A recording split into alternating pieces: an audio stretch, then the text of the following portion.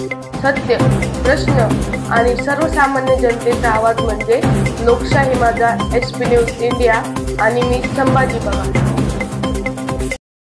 मनमाड नगर परिषद सार्वत्रिक निवडणूक 2025 प्रभाग क्रमांक 14 मधून जयश्री कुणाल शिंदे जनतेच्या आग्रहास्तव निवडणूक रिंगणात। मनमाड नगर परिषद सार्वत्रिक निवडणूक 2025 प्रभाग क्रमांक 14 मधून जयश्री कुणाल शिंदे जनतेच्या आग्रहास्तव निवडणूक रिंगणात। नमस्कार, मी संभाजी पगार आणि तुम्ही पाहत आहात लोकशाही माझा SP न्यूज इंडिया। वळूया आजच्या सर्वात मोठ्या बातमीकडे। मनमाड नगर परिषद सार्वत्रिक निवडणूक 2025च्या रणधुमाळीत प्रभाग क्रमांक 14 मधून एक अत्यंत महत्त्वपूर्ण आणि संघर्षपूर्ण लढत पाहायला मिळणार आहे।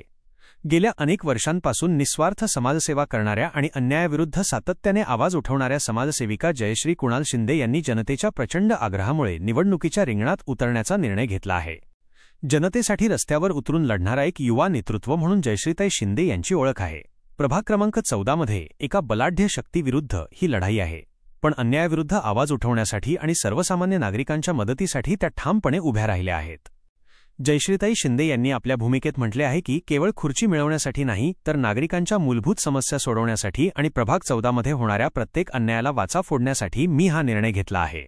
हा संघर्ष केवळ निवडणुकीपुरता नसून हा अन्यायाविरुद्धचा आवाज आहे। तुमच्या हाकेला साथ देणारा एक सेवक म्हणून मी तुमच्यासमोर उभी आहे।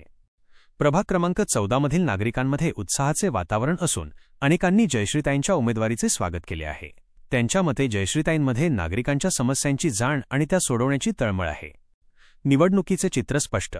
प्रभाग क्रमांक 14 मध्ये आता ही लढाई दोन विचारांमध्ये आणि दोन शक्तींमध्ये होणार आहे। एकीकडे प्रस्थापित बलाढ्य शक्ती, तर दुसरीकडे तुमची साथ, तुमची मदत आणि तुमच्या हाकेला साथ देणारा युवा लढवया नेतृत्व जयश्रीताई शिंदे।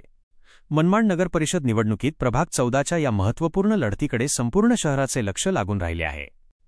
तुमची साथ, तुमच्या मदतीसाठी, तुमच्या हाकेला साथ देणारा एक युवा नेतृत्व जयश्रीताई शिंदे।